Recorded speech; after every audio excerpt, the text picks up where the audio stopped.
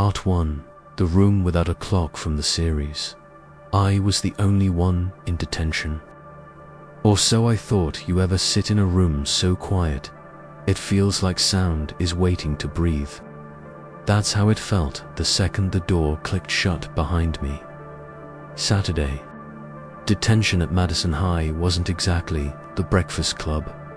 There were no bonding moments or wise janitors sweeping up metaphors.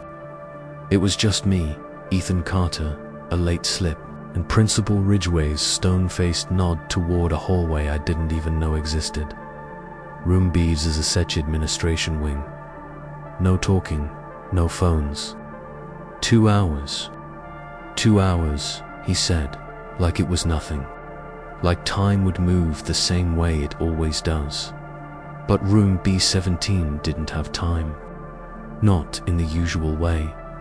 The hallway was colder than the rest of the school. Not freezing, but still. Like it hadn't been disturbed in a while. The kind of chill that clings to forgotten things.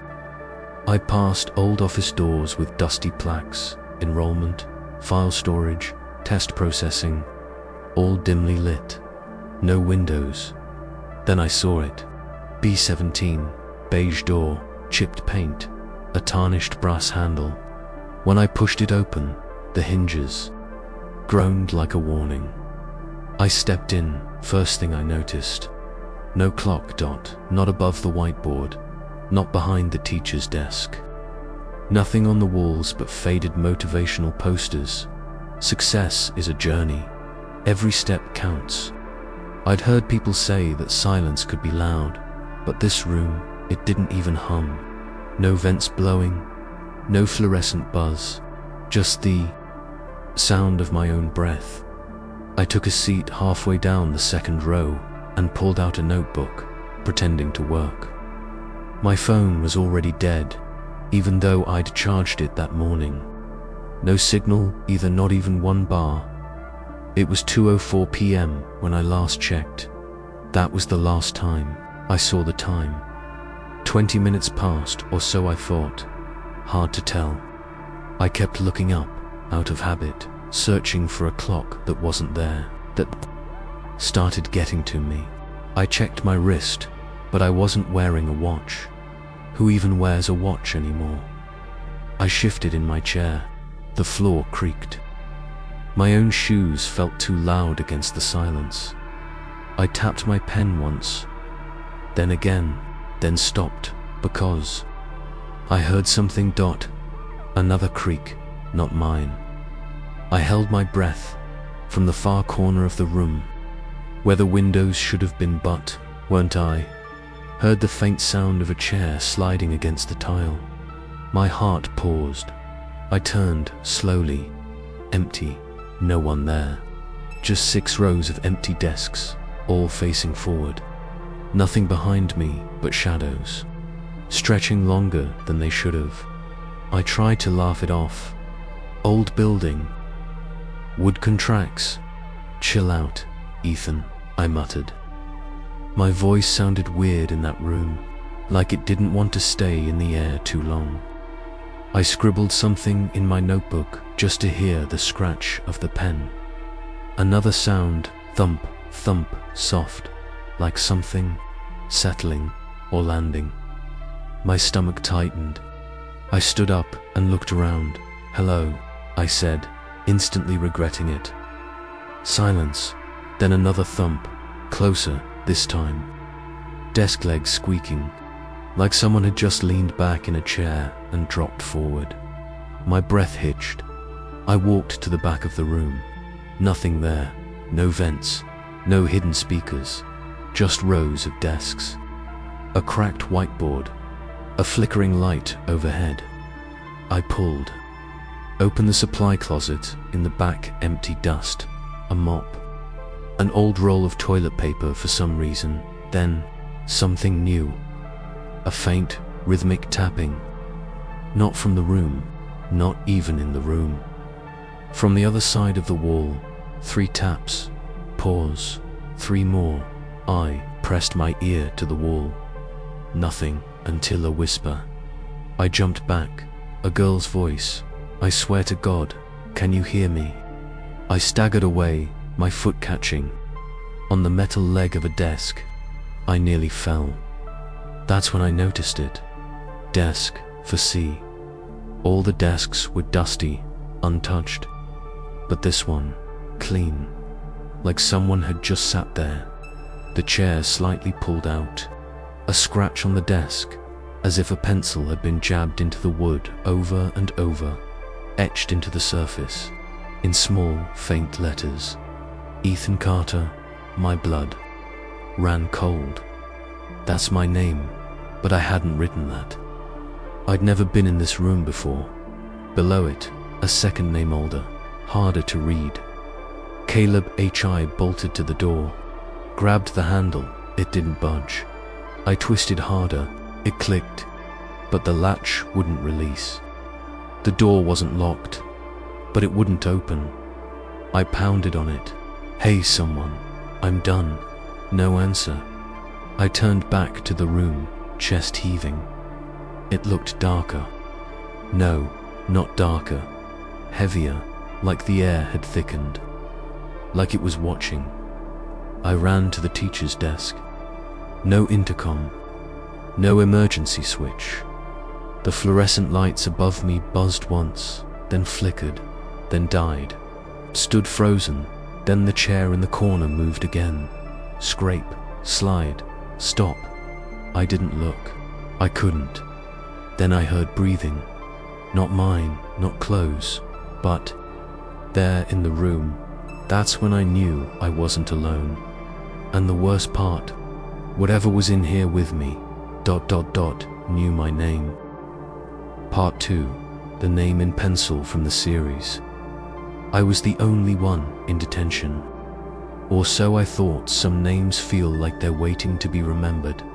That's what I kept thinking as I stared down at the scratched surface of the desk. My name, carved in with ragged pencil gouges, and beneath it, someone else's, Caleb H.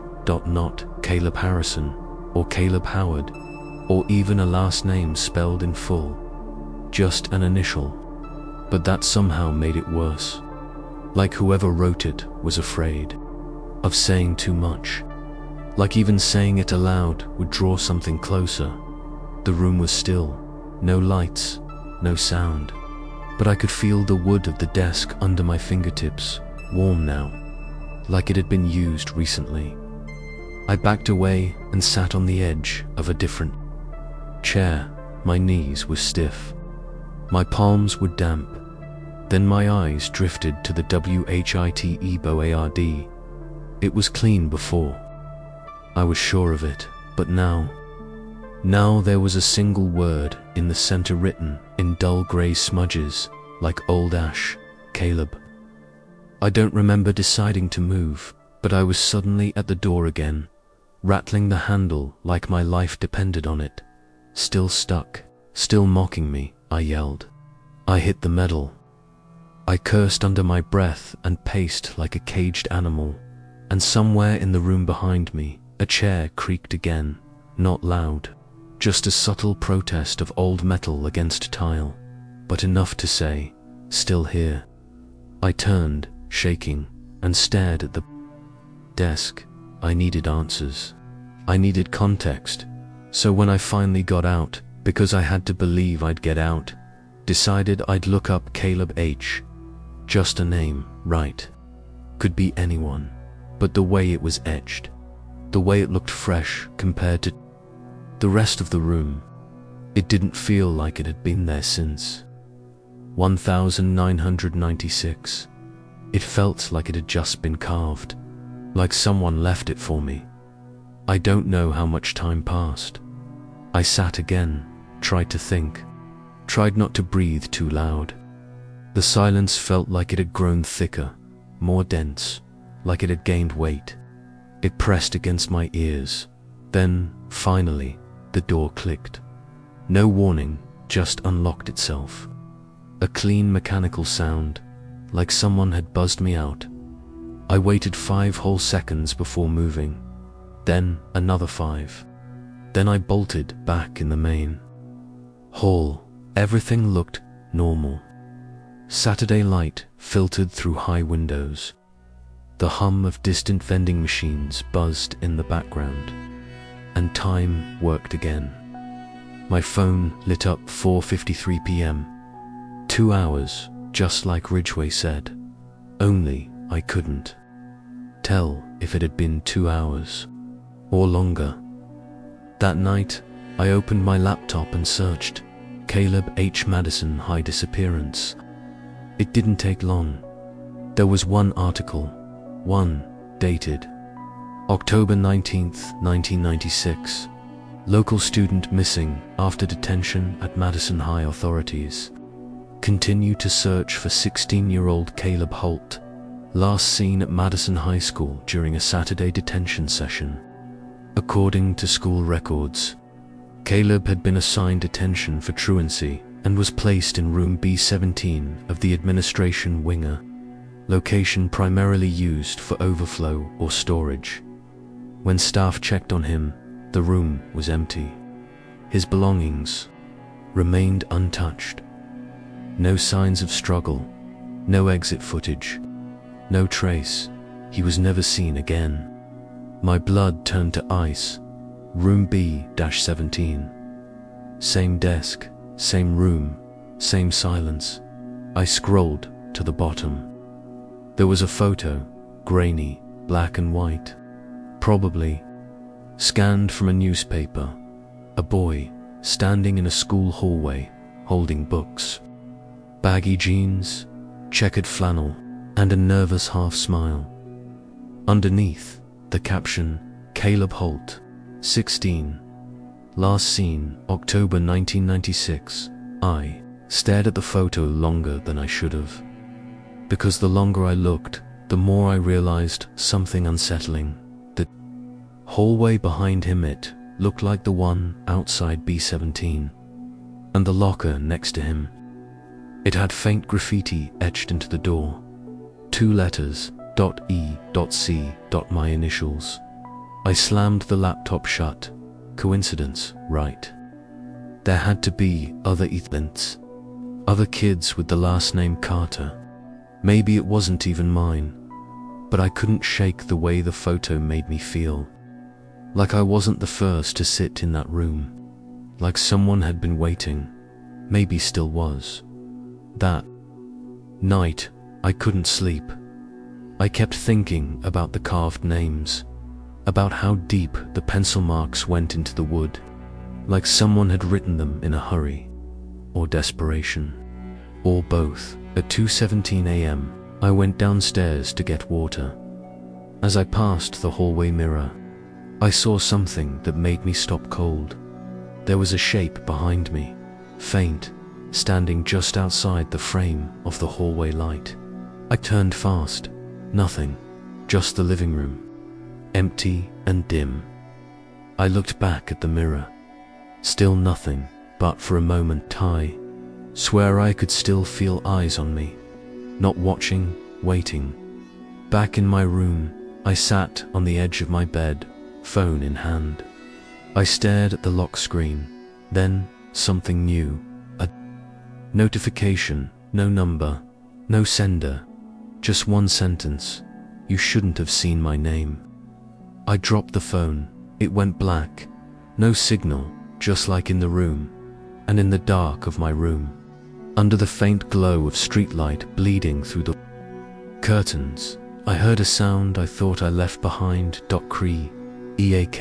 Like a chair moving. Only this time, it was inside my house. Part 3.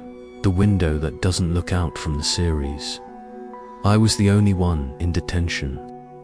Or so I thought. It started with a draft. Just a tiny, cold breath of air from the back wall, which didn't make sense.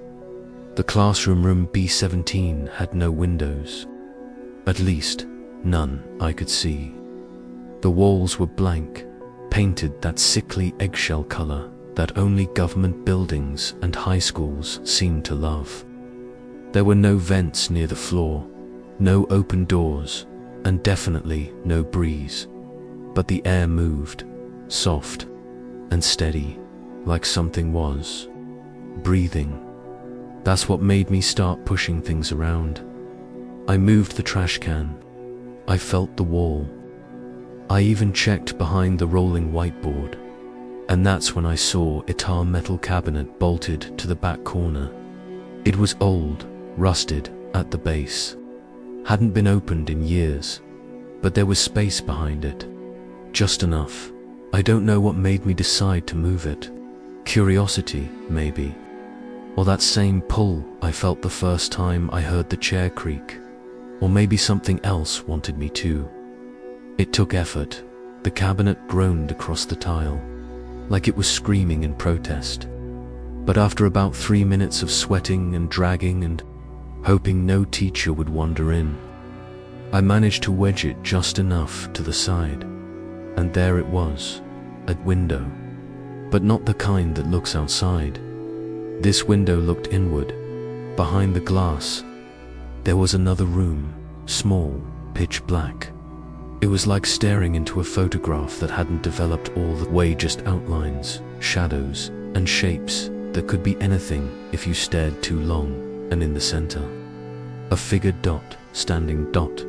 Still, at first I thought it was a coat rack, or maybe a forgotten statue, something left over from decades ago. But then it shifted, slight, barely noticeable, like weight moving from one foot to the other, and it was facing away from the glass, its head lowered, shoulders hunched, arms slack. At its sides it didn't do anything. It didn't move, and yet, I couldn't stop looking. I leaned closer to the window. My breath fogged the glass. I wiped it away with the sleeve of my hoodie. That's when it happened. The figure's head began to turn, not fast, not like in movies, slow. So slow, like bone grinding against bone, until the shape of its jaw came into view. Then its nose. Then its eyes, or rather, where the eyes should have been. There were no eyes, just pits, hollow and too deep. And yet, somehow, I could feel it looking at me. I stumbled back. The chair behind me clattered to the floor. When I looked, again it was gone. The window showed nothing now, just a blank, black wall. I didn't sleep that night. Every time I closed my eyes, I saw that face, that absence of a face. Those sockets that weren't just empty. They were reaching, like they wanted something, like they were missing something, and I had it the next day. I told myself it was stress. Maybe I'd imagined it. Sleep deprivation could mess with your head. I'd read that somewhere, probably read it, but then I got to school and everything felt off. People moved slower. Voices in the hallway sounded farther away, and when I passed room B17, it felt colder again, like something had left the window open on the inside. I peeked in through the narrow glass slot in the door. Nothing, no figure, no shadows, but I could still feel it. That quiet pull. At lunch, I found an excuse to go to the office. Said I left my calculator. No one asked questions. I wandered down the admin hallway and stood outside B17 again. This time, I brought a flashlight. I slipped inside when no one was looking. Room felt the same. Same musty smell. Same sickly walls. I moved the cabinet. The window was still there, but now something was written on the glass. I leaned in. The words were scratched in, faint and rough, like with a key or a nail. Caleb. Still watches. I froze. The name again. The one from the desk. The one from the article. I backed away, shaking. And that's when something hit the other side of the glass. Hard just once. Thump. I didn't wait to see what it was. I shoved the cabinet back in place and ran. That night, as I tried to sleep, I swore I heard tapping at my window, for soft knocks. pauses between. But when I looked, there was no one there, just fog. From the inside of the glass. Part 4. The erased recording from the series. I was the only one in detention. Or so I thought. The strange thing about old tape recorders isn't the static. It's the silence between dot. Ethan had been pacing the room for over 20 minutes, tracing the same scuffed tile path from the locked door to the teacher's desk. He wasn't sure why he opened the drawer. Again, it was empty the first 3 times. But something kept pulling him back. This time, though his fingers felt resistance, something behind the warped wooden divider. He reached in, hand grazing. Dust and something rough. With a tug, he pulled out a small, boxy cassette recorder. Yellowed plastic, a faint red record button, and duct tape covering the battery panel. There was already a tape inside. No label, no writing, just a sticky note folded and stuck to the top. It read in shaky ink, "Play only if you're alone." Ethan stared at the note, frowning. He was alone, right? He pressed play. At first, nothing. Just white hiss, soft and crackling like rain falling on dry leaves. He leaned closer, then a breath, not his, sharp and irregular, as if someone was hiding under a desk, trying not to be heard. Then a voice, hushed and rasping, barely audible beneath the static. I wasn't the first. The sound punched through the silence like a cold wind under the door. Ethan's chest tightened. He paused the tape, listened. The room was dead quiet, but outside still no sounds from the hallway. No voices, no janitors, no creaking carts. Just a vacuum of nothing. He hit play again. 3 soft knocks, then silence, then the dragging. It was long and slow, like something heavy being pulled across linoleum. There was no speech after that, just that awful sound. Ethan stopped the recording.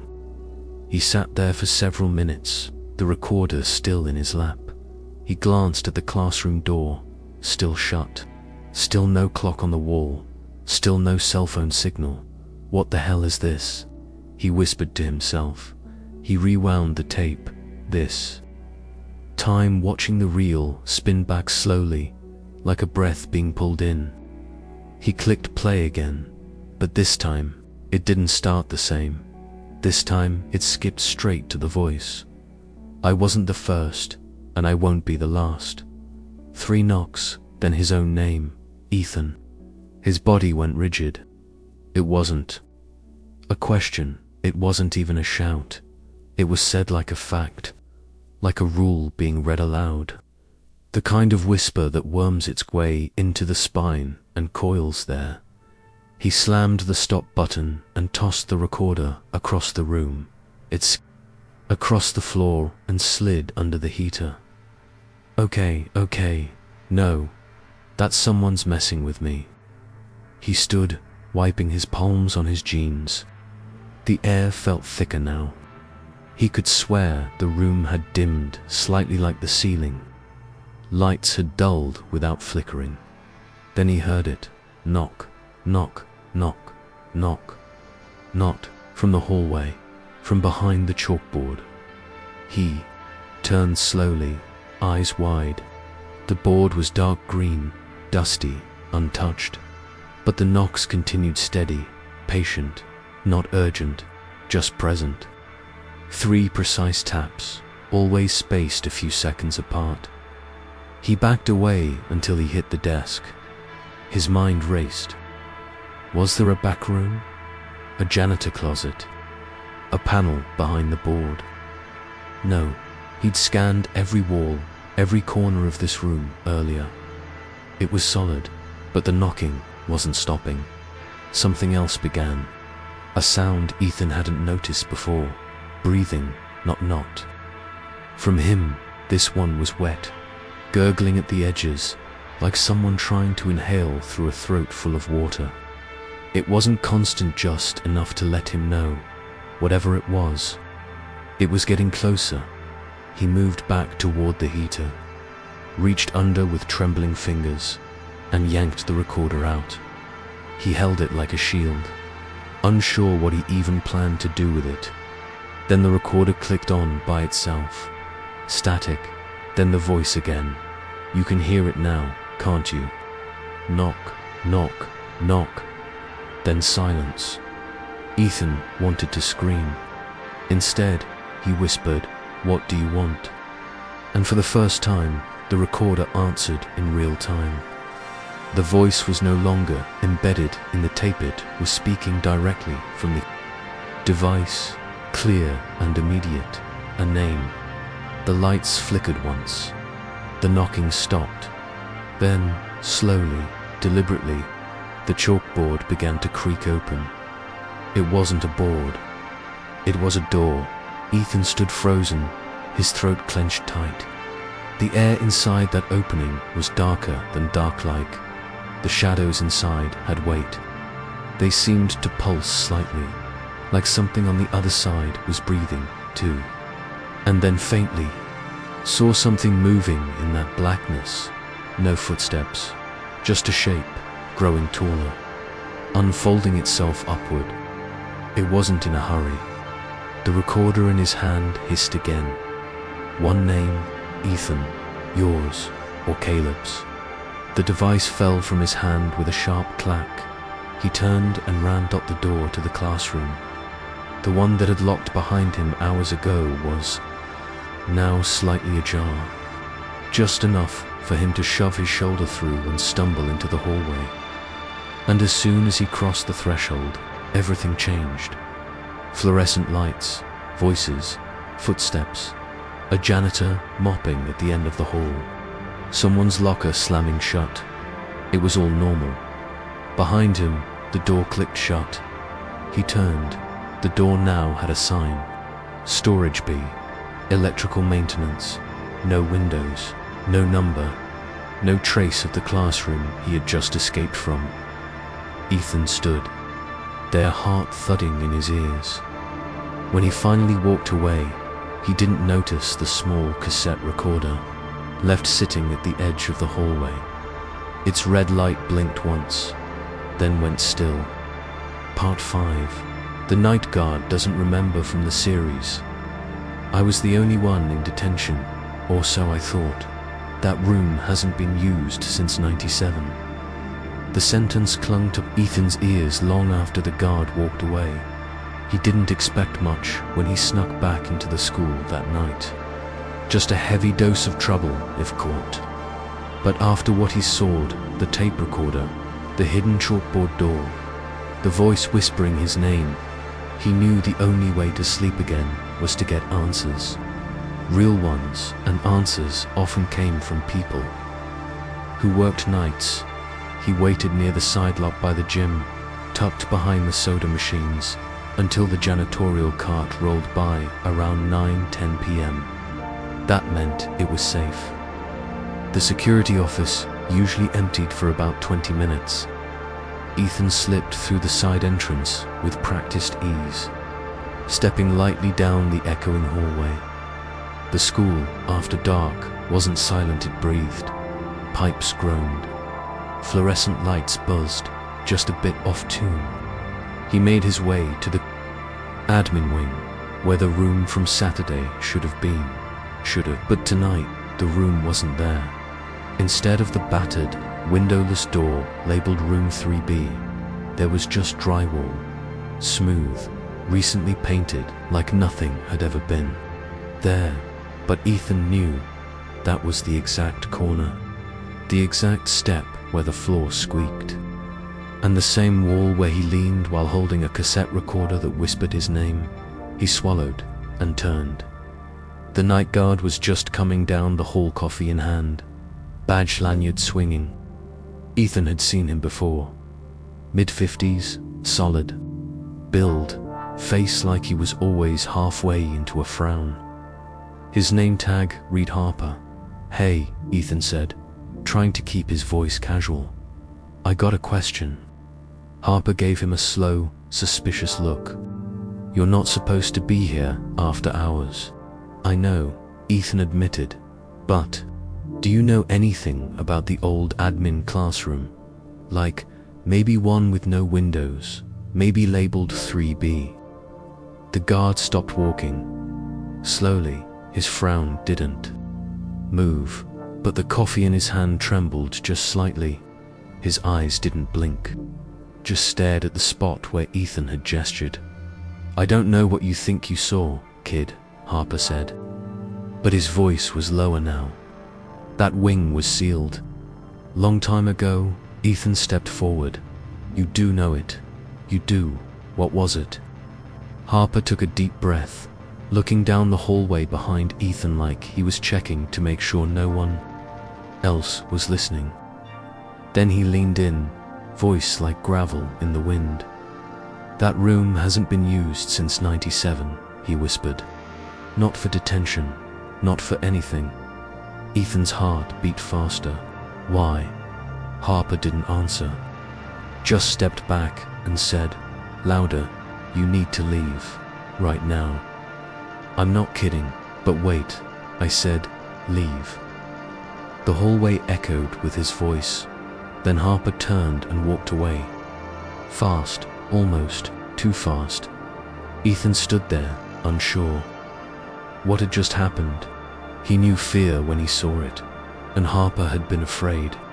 The kind of fear that came from remembering something you tried to forget. He lingered in the hallway for another 5 minutes, half hoping the guard would come back and explain. But he didn't, single quotes, T instead. A cold draft slid down the corridor. No windows were open. That was when Ethan noticed something else. The security monitor on the wall, one of the live feeds, meant to show different corners of the school, had frozen. It was a black and white display showing the side hallway near the old admin wing. And on that screen, for just a second, he saw it. A shape, a person, standing in the very corner where room 3B used to be. But it wasn't Harper, and it wasn't Ethan. He took a step closer to the screen. The image flickered, glitched the figure, turned just slightly, only enough to reveal a face half in shadow. Young, pale, wide, blank eyes. Lips parted like it was waiting to say something. Then, as Ethan leaned closer, the screen went black. Ethan stumbled back. A second later, all the hallway lights flickered once, twice. Then steady, he turned around and bolted down the corridor. Heart pounding, his footsteps the only real sound in the building. He made it home before midnight, but sleep didn't come easy. He lay in bed, staring at the ceiling, Harper's words looping in his head. "That room hasn't been used since '97. The words weren't the worst part. The worst part was Harper's eyes, like he wanted to forget something, but couldn't. Like some part of him was still there. In that room, Ethan grabbed his laptop and searched for school incidents from 1997. Nothing, no articles, no mentions, not even facility reports. He searched for Caleb H. next. Same story, no student records, no missing posters, no obituaries. It was like the Kadan, the room had been scrubbed out of reality. But Ethan knew what he saw. What he heard, and he was starting to realize something else. Whatever was in that room, it remembered him. The next morning, he found something slipped under his bedroom door. A piece of yellowed paper, handwritten in pencil. 3 words, "I'm not done." The handwriting. He recognized it. It matched the scratchy name carved into the desk in room 3B. Caleb H. Part 6. The door isn't locked, but it won't open from the series. I was the only one in detention, or so I thought. The handle turned easily, almost too easily. That was the first thing Ethan noticed, how smoothly the cold, tarnished Metal knob slid in his palm, as if the door hadn't been locked at all. No click, no resistance, no key required. He let out a breath of relief. Maybe he was finally going to get out of this place. Whatever this place was, he gave the door a push. Nothing happened. He pushed harder. The frame didn't budge. Number. Creak. No flexing of old hinges. It was as if the door wasn't a door at all, but just part of the wall painted to look like a way out. He frowned and took a step back, studying it. Then he tried pulling instead of pushing. Still nothing. No movement. No gap widening. Just that eerie stillness hanging in the stale, windowless air, like something that had been holding its breath for years. He dropped his backpack and rammed his shoulder into it. Thud, still nothing. "Come on," he muttered, then. In frustration, he crouched down and peered through the thin seam where the door met the frame. Just a sliver of light, peeking through.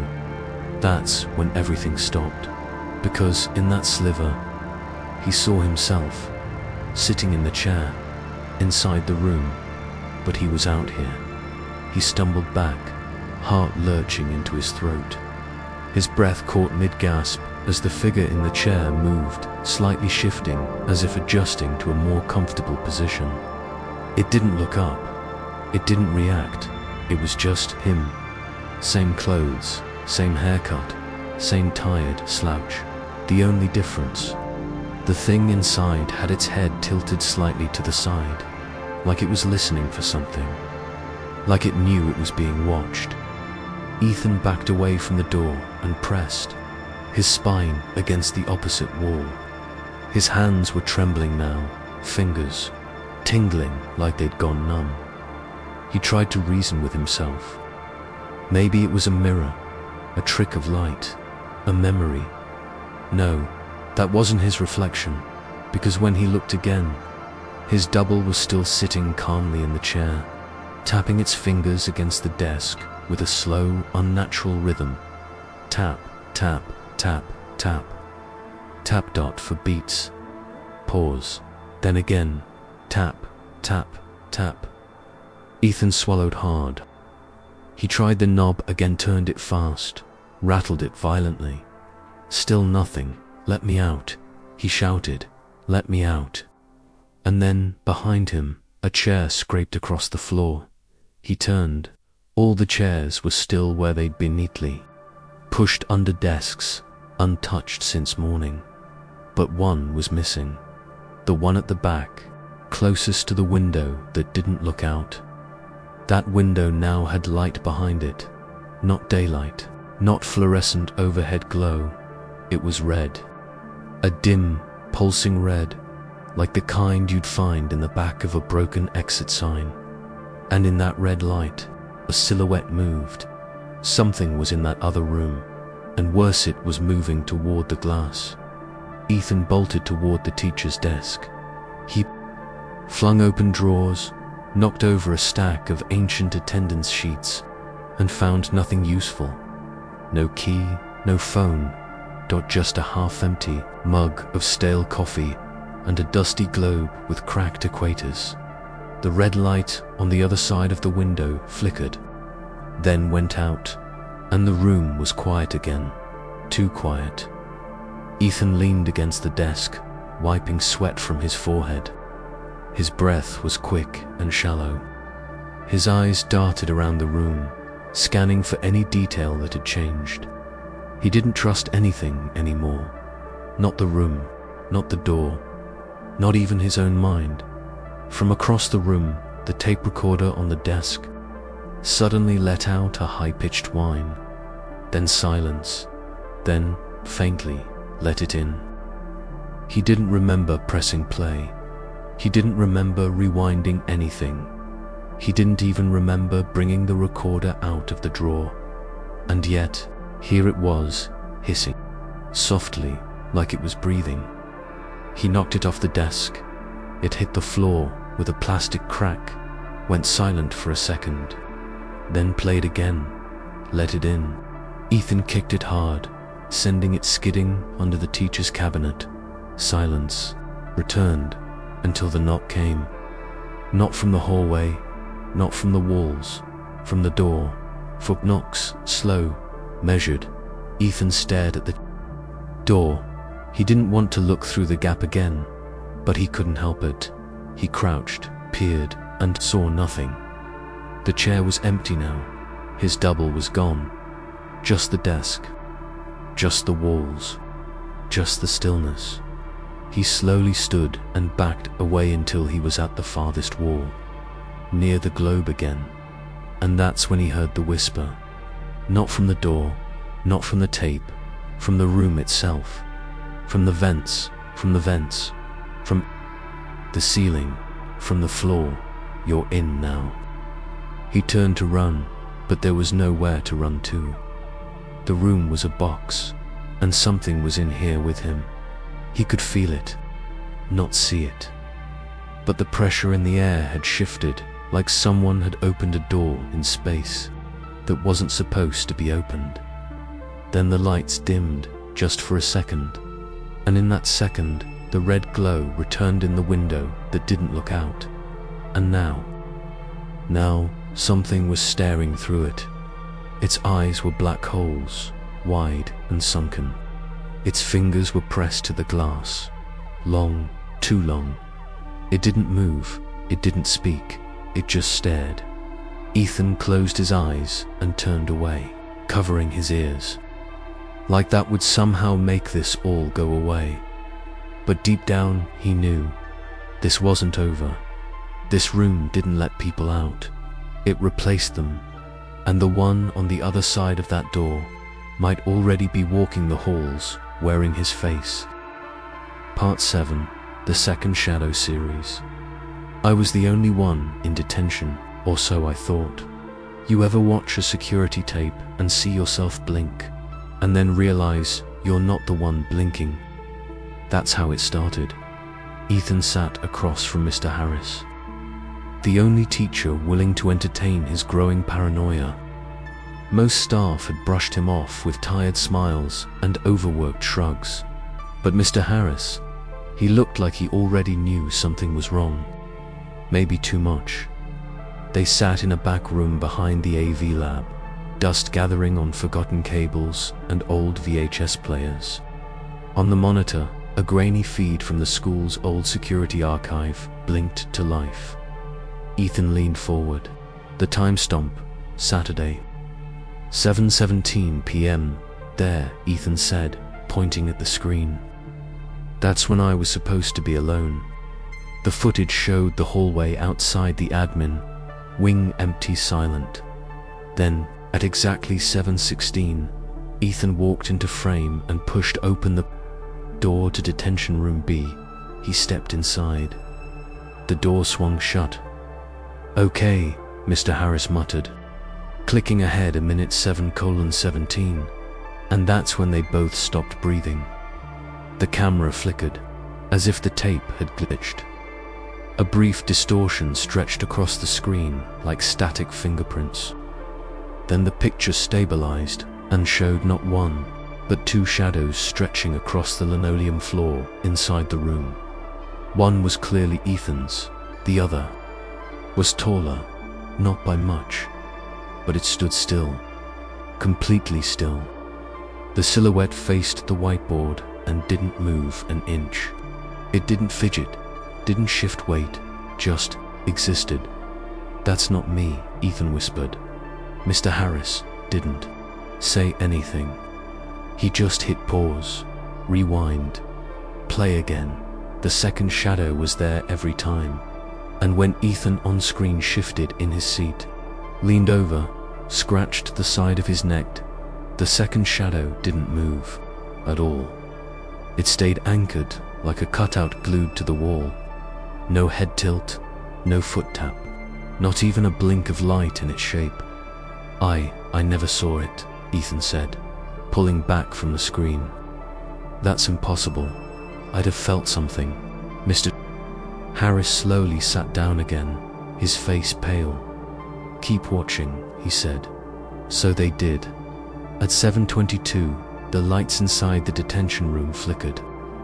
The camera glitched again just a heartbeat's worth, but this time, the second shadow was gone, vanished, and yet Ethan was still there, tapping his pen against the desk, completely unaware. "Can you go back?" Ethan asked.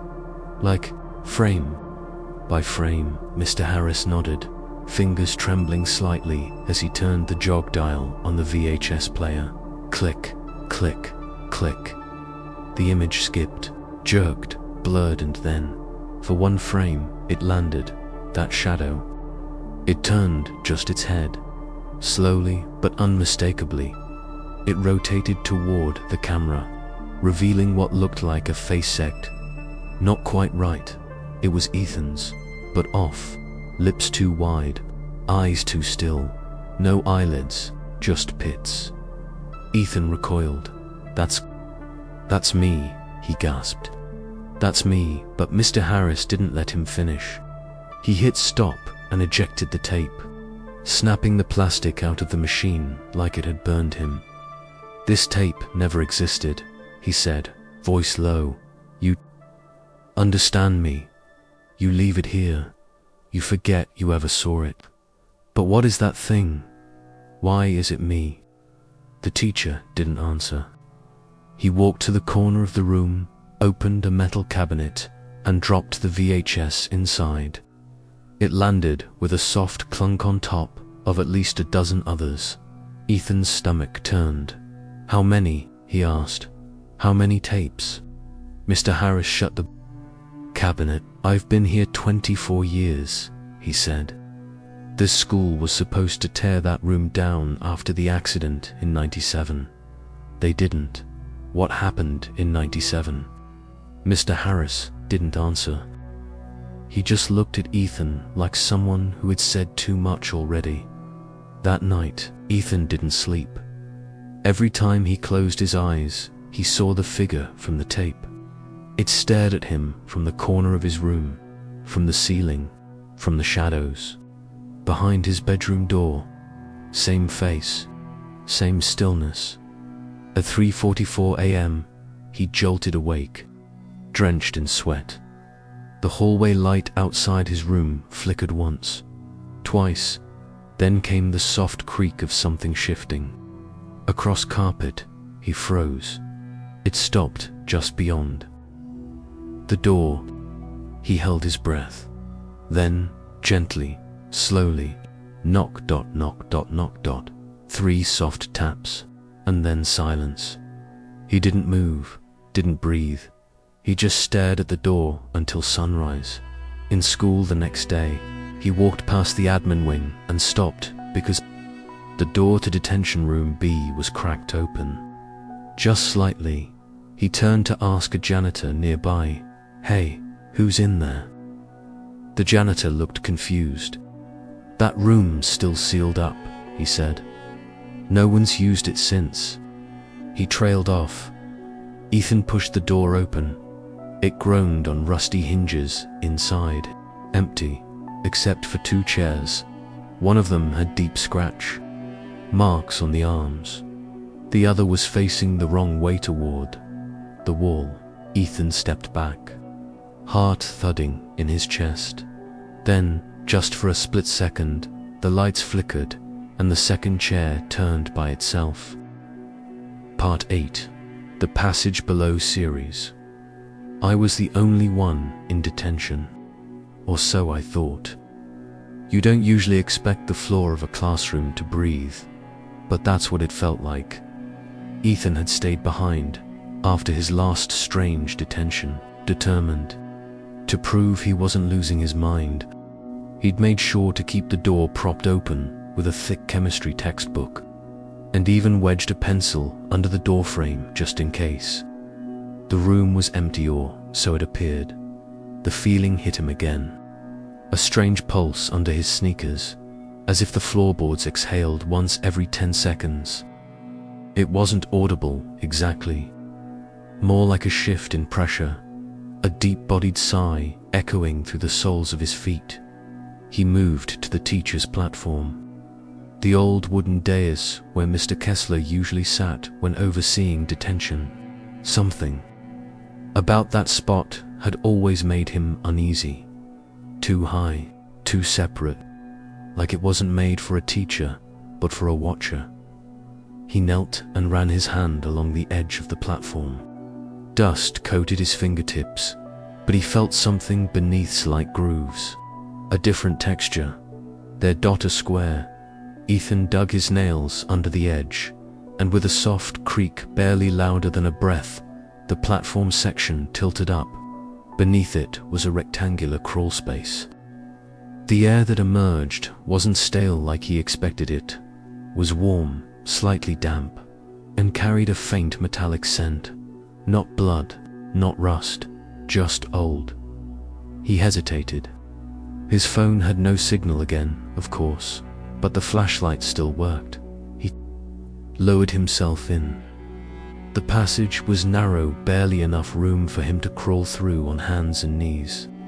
The walls were made of reddish bricks, some of which looked much older than the school itself, cracked and faded, mottled with patches of darker mortar.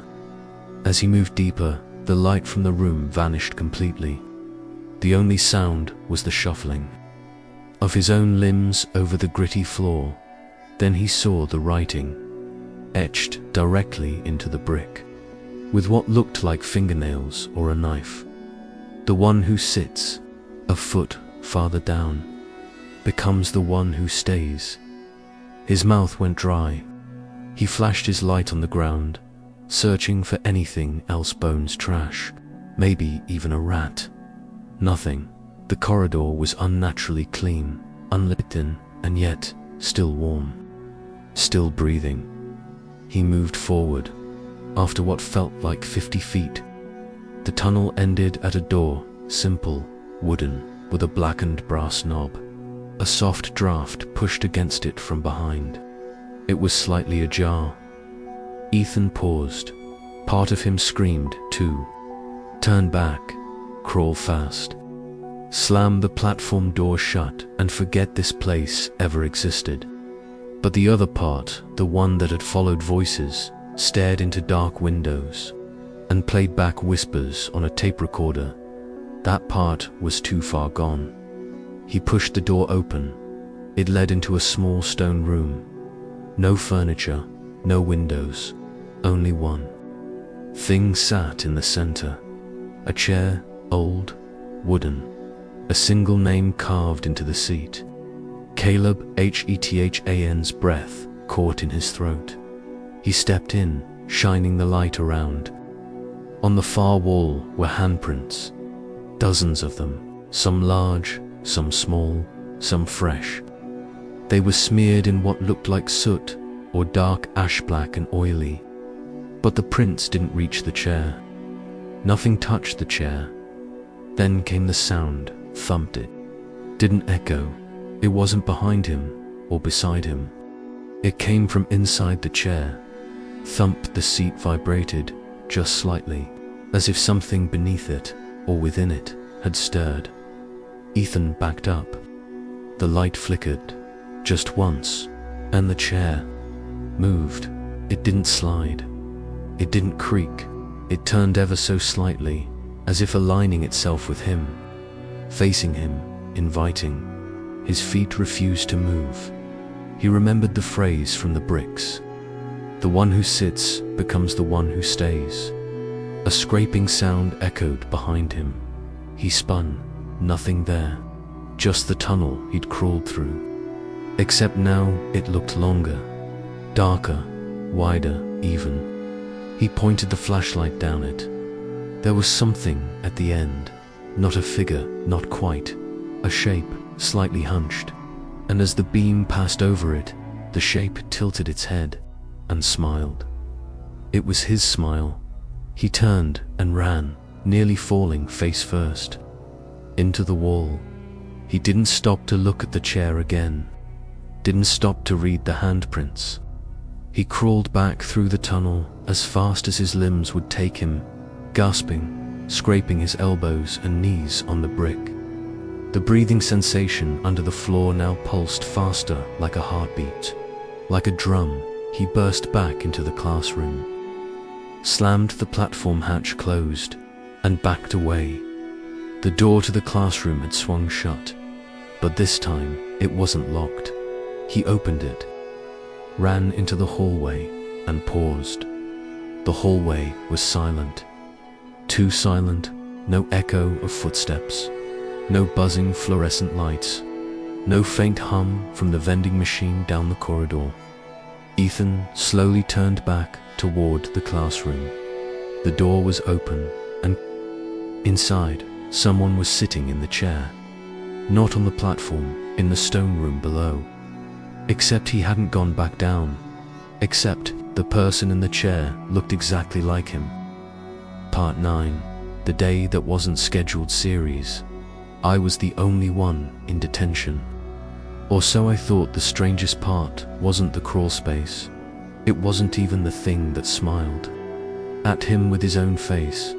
The strangest part came the next morning, when Ethan walked into the school office, tired-eyed, stomach knotted, still carrying the tremble in his knees from what he'd seen. He didn't expect anything to feel normal again, but the front office buzzed with the usual dull rhythms of a Monday morning. Phones ringing, copy machine groaning, a freshman arguing with the secretary over a lost gym pass. It felt too normal, suspiciously normal. He approached the front desk slowly. "Excuse me," he said, voice dry. I think there's been a mix-up with detention from Saturday." Mrs. Lovett, the school secretary, looked up over her thick glasses. "There was no detention Saturday, hun." Ethan blinked.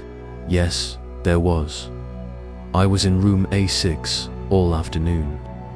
She squinted at him, her fingers already clicking across the keyboard. "Room A6," she muttered, brows furrowing. "That room hasn't been on the rotation for years. We don't use it anymore. Bad wiring, I think." "No," Ethan said, leaning in.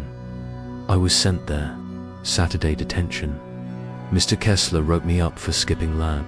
You can check." Mrs. Lovett turned the monitor toward him.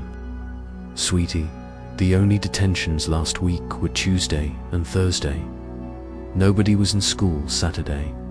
The building was locked." Ethan stared at the screen. It was blank under Saturday. Just an empty grid.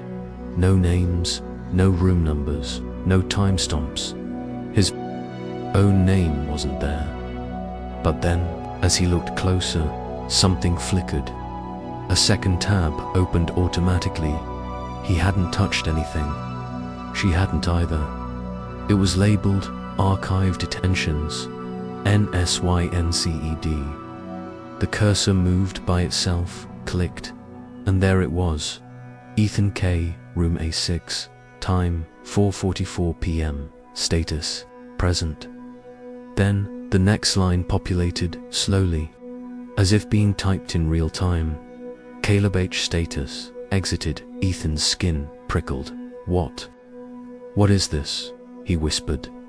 Mrs. Lovett blinked at the screen. That's not one of our files. That's not even our format." She reached for her mouse, tried to close it. The window froze, then minimized itself. The monitor went black, a high-pitched whine word from the CPU tower. The lights in the office flickered. A printer behind them spat out a single sheet of paper. Ethan turned round. The paper landed face up. He picked it up slowly. It was blank, except for one thing. "Caleb has left." The letters weren't typed. They were burned into the paper, as if seared by heat, not scorched or blackened, but glowing. A faint warmth still lingered through the paper. He turned to Mrs. Lovett, but she was no longer looking at him. Her eyes were fixed on the hallway. "Do you see him too?" she whispered. Ethan spun. A figure stood outside, the glass panel of the main office door, facing them, motionless.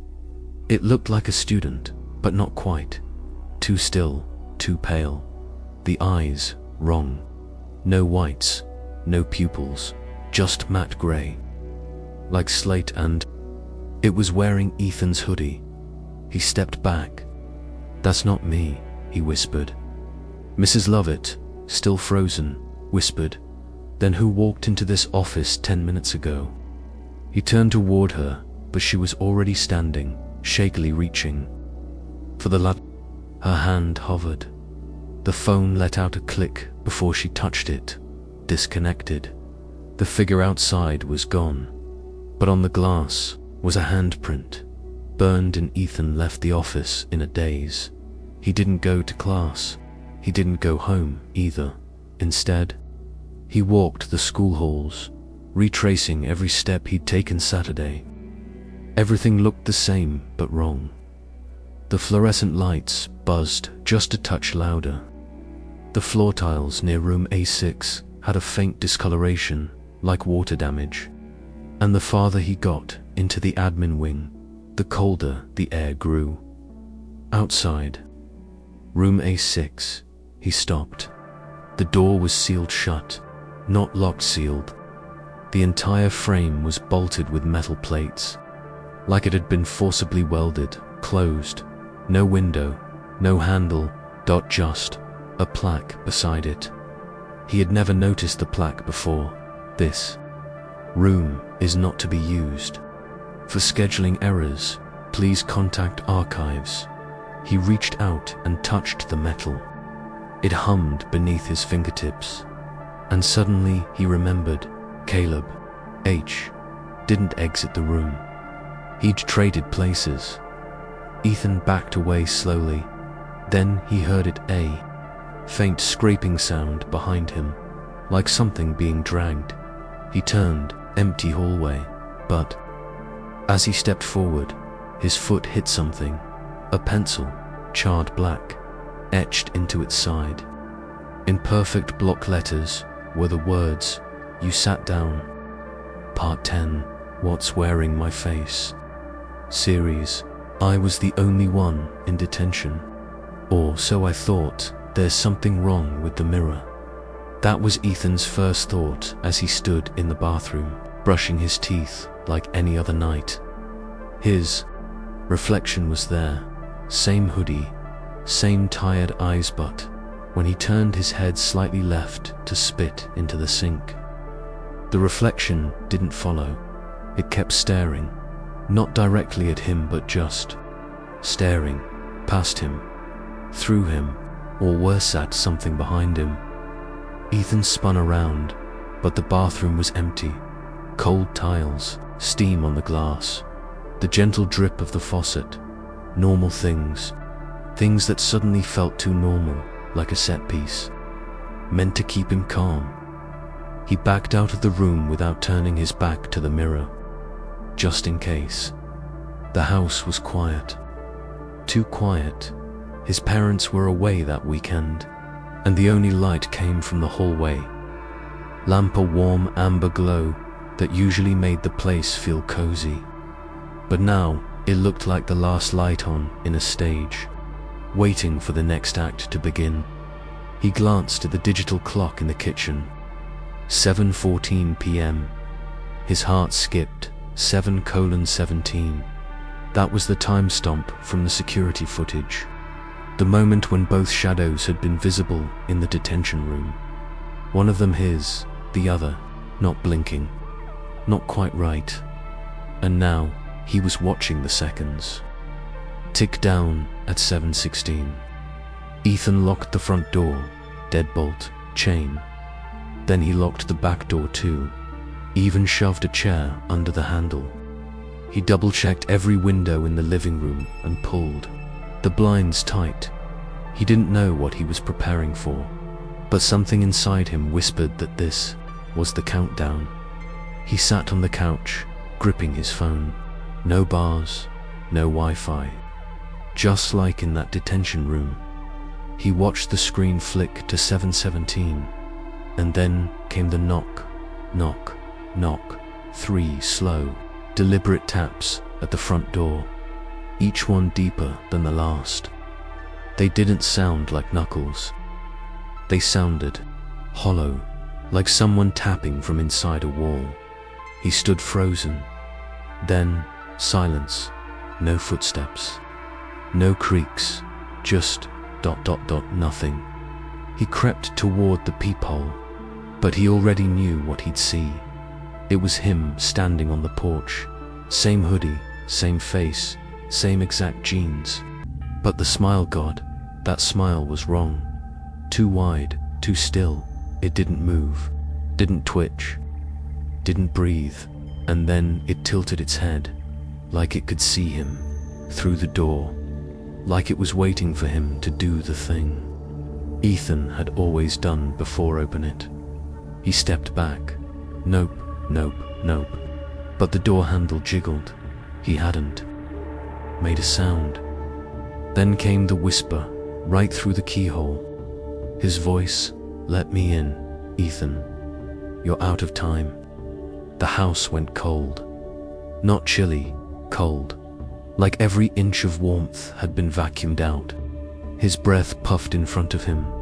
The lights flickered. The hallway mirror began to fog.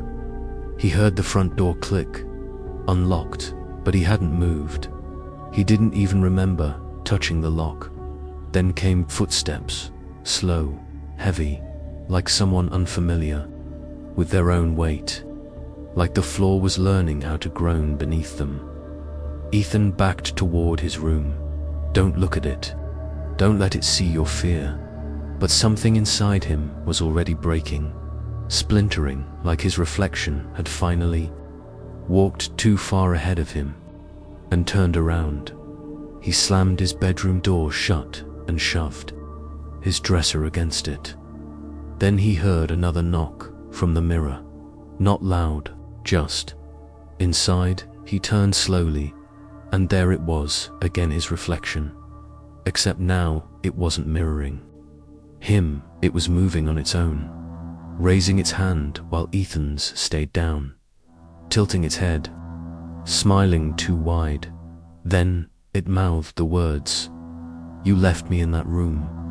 Ethan stumbled back. "No," he whispered. "That wasn't me. I'm here. I got out." But did he? Because in the mirror, the other Ethan started to cry.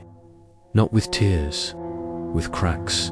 Hairline fractures split across the glass as the thing behind it began pressing forward. From the hallway, the doorknob twisted back and forth, again and again, and then stopped. Ethan held his breath. Then came the whisper from both.